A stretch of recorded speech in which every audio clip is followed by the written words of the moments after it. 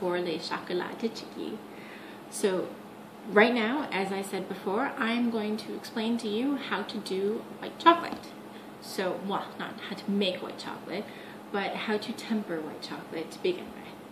So what you're going to need is a long spatula, a palette knife, and a bench scraper. So for me, I'm going to do what we call tabling method.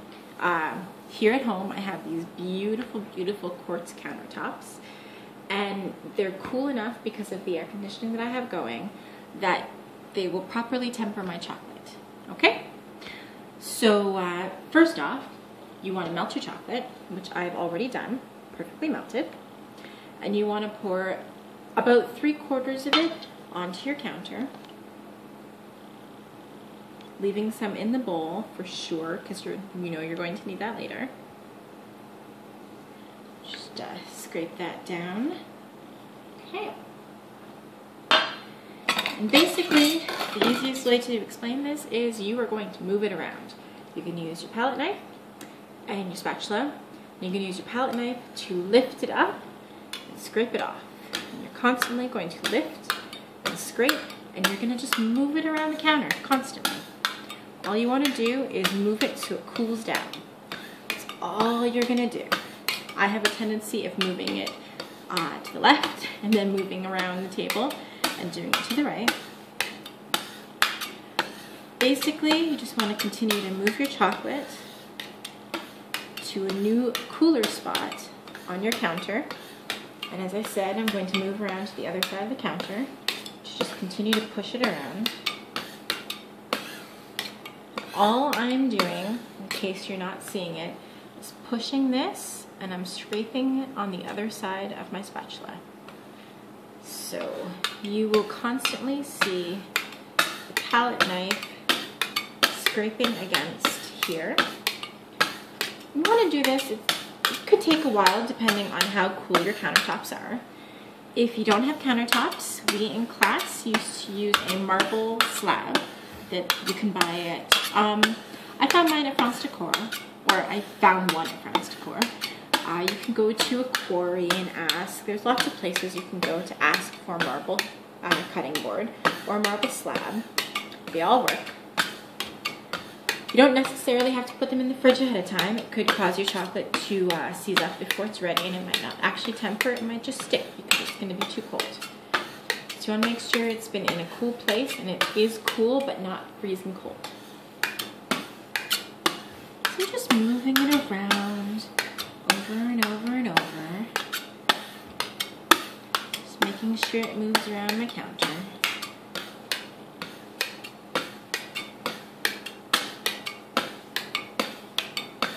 It's actually one of the easier chocolates to do. I've done this with dark chocolate and milk chocolate and white chocolate, and white has a tendency of cooling down a lot faster. This is my favorite method. They also have a seeding method where you add new chocolate, completely new from a box or chopped like I do, into your warm chocolate until it hits a certain point. Usually it's kind of cool to the touch, that's how you know. Should be about 32 degrees Celsius, but I don't check the temperature, I just do it. For me, it's starting to feel like it's getting there, so I'm just going to check the temperature with my finger. Nope, it's still warm, so it's not going to be ready yet. Just wipe my finger off and keep going. It does get thicker. You can tell when it's starting to temper, it will get thicker. You can feel it when you push it with the knife, or your scraper, I guess. You can quite feel it, but because the temperature is not cool yet, it's still not close to being tempered.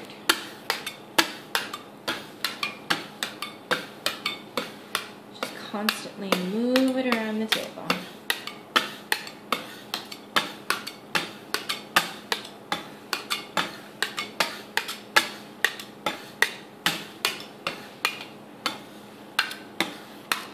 This has always been my favorite method. In some jobs I've had, This was not a possibility because the counters were stainless steel and not cool enough at all. But here at home, we happen to have the quartz countertops, as I said, and it makes things really convenient. It's great for rolling out pie dough, and obviously it's great for tempering chocolate.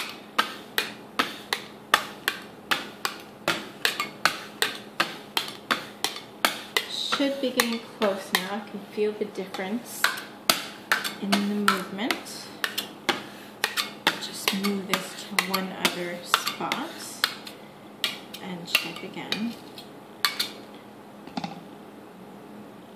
No, still warm. I was wrong. It's cooler on that side, so maybe it means that this side of my table is still too warm. I'm just going to move it. It might be out of your sight. Sorry for that. I do want a good product, so I have to move it around.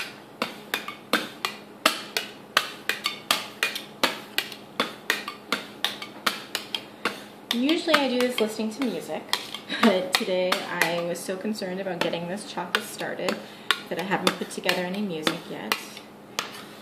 I find I listen to a lot of jazz and a lot of classical when I do this. When I clean, I listen to a lot of upbeat music. But when I'm making chocolate, I find I need to concentrate. So I have a tendency of listening to something that doesn't require me to dance around. Because I do have a tendency to dance around my kitchen all the time. You can ask my boyfriend, it happens all the time. You could even ask some of my previous coworkers. Always dance. Normally a very happy person. Chocolate will keep you that way.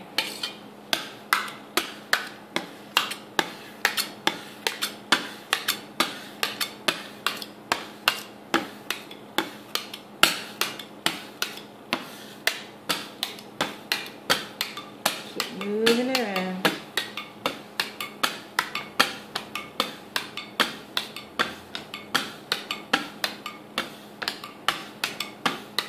Don't worry that you get little lines of chocolate everywhere on your counter. It's going to happen. Nobody can be perfect in doing this. You just pick it up after and you put it in your chocolate.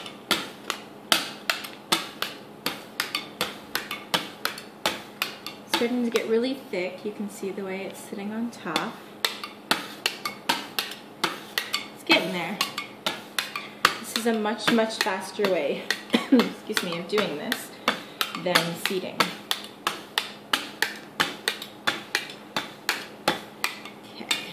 Check it this time.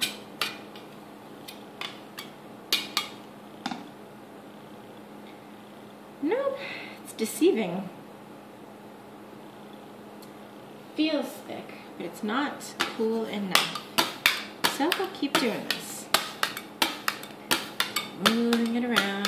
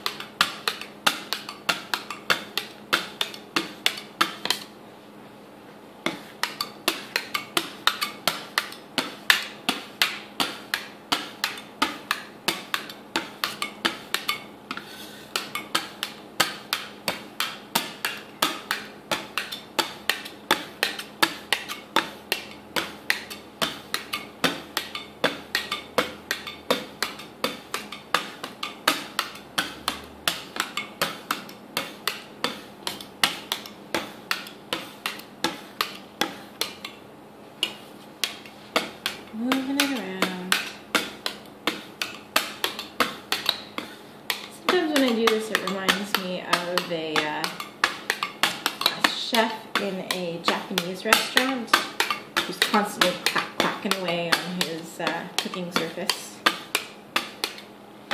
Oh, this is starting to look right.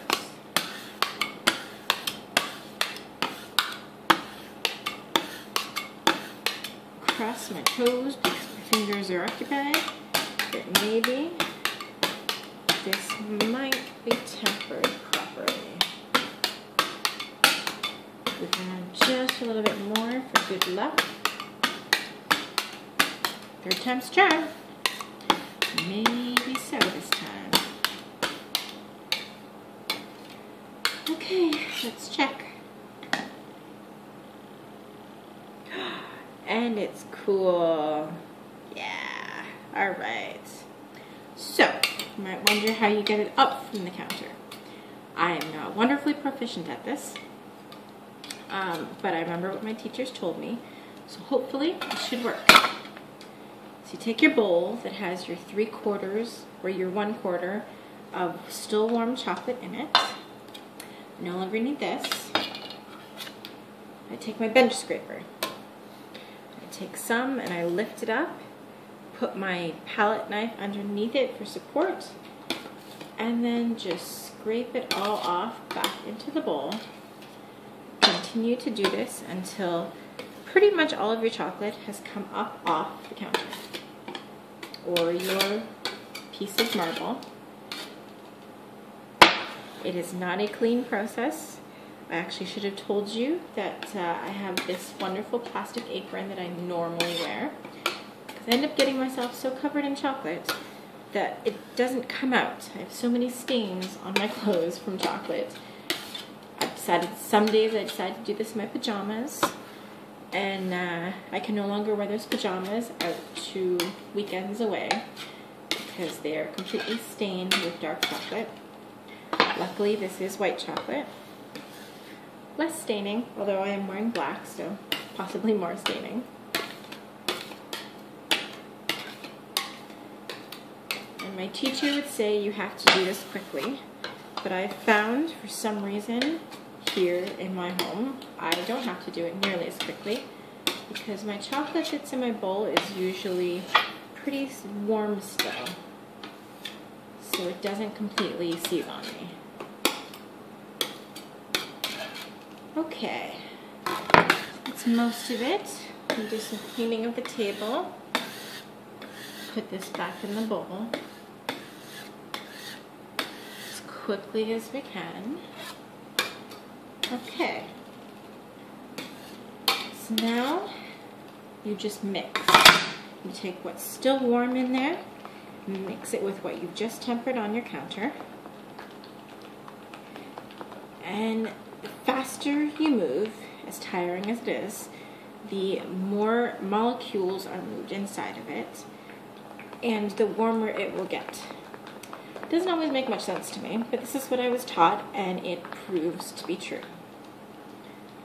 So you want to move it around, make sure there's no pieces, no chunks or anything inside of it.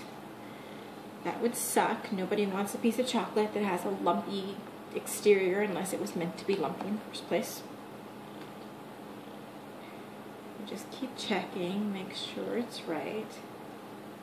Okay, and the way that you know it is tempered, of course I don't have one, is you take a piece of parchment. We just buy ours at the grocery store. Parchment in a box like aluminum foil.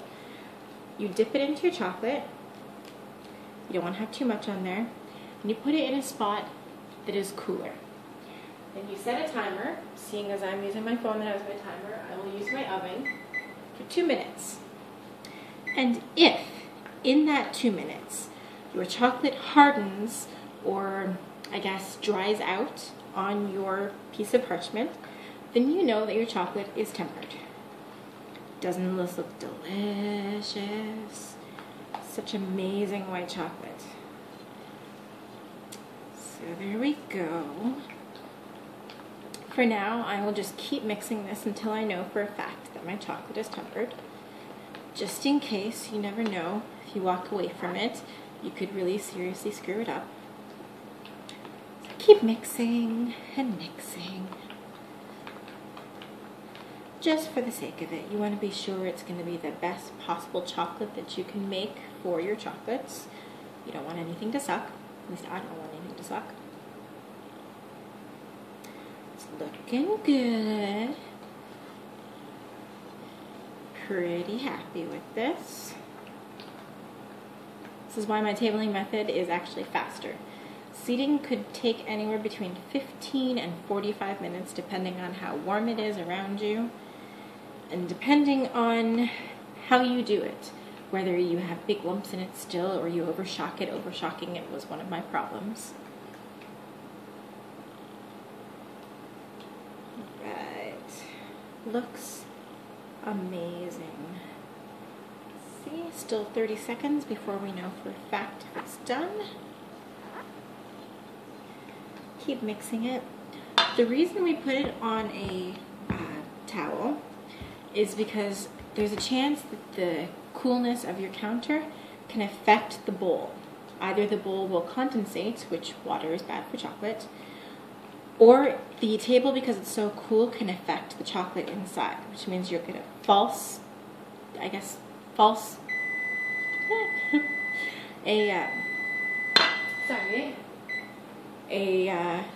false thickness, and it won't be tempered. Okay, let's see. Yeah, it's hard to see for you. Let me see. I'm just gonna give it another couple minutes because it's a little warm in here. Surprisingly enough, with my air conditioning, I might not have it up enough. But just in case, I think it's tempered, but it's not 100% on a positive. So I'm just gonna keep mixing this and see how that goes. But I'm almost positive that this is definitely tempered. I know what it looks like when it's supposed to be tempered and what it feels like.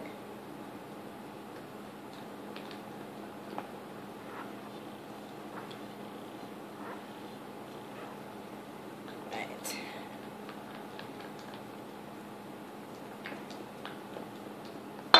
You should feel the outside of your bowl. There should be no warmth. It should be pretty much body temperature or cooler. If it has warmth, clearly it's not good enough. And chocolate has to be cool enough that it will harden in the air around you.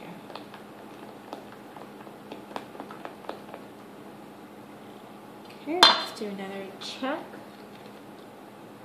Yes, okay. So I don't know if you can see it. It's still a little shiny, but you can see on the edges that it is actually starting to harden. You can see, I think in the middle there, where you can see through it, that it's starting to become matte. When it starts to become matte, you know it is tempered. Okay, I'm gonna stop the video there, and that's lesson, I guess, 101 on tempering, and we will pick up for another video on how to fill the mold. Thank you. Can't touch anything, I'm full of chocolate. Thank you for watching, and I'll see you next time. Bye.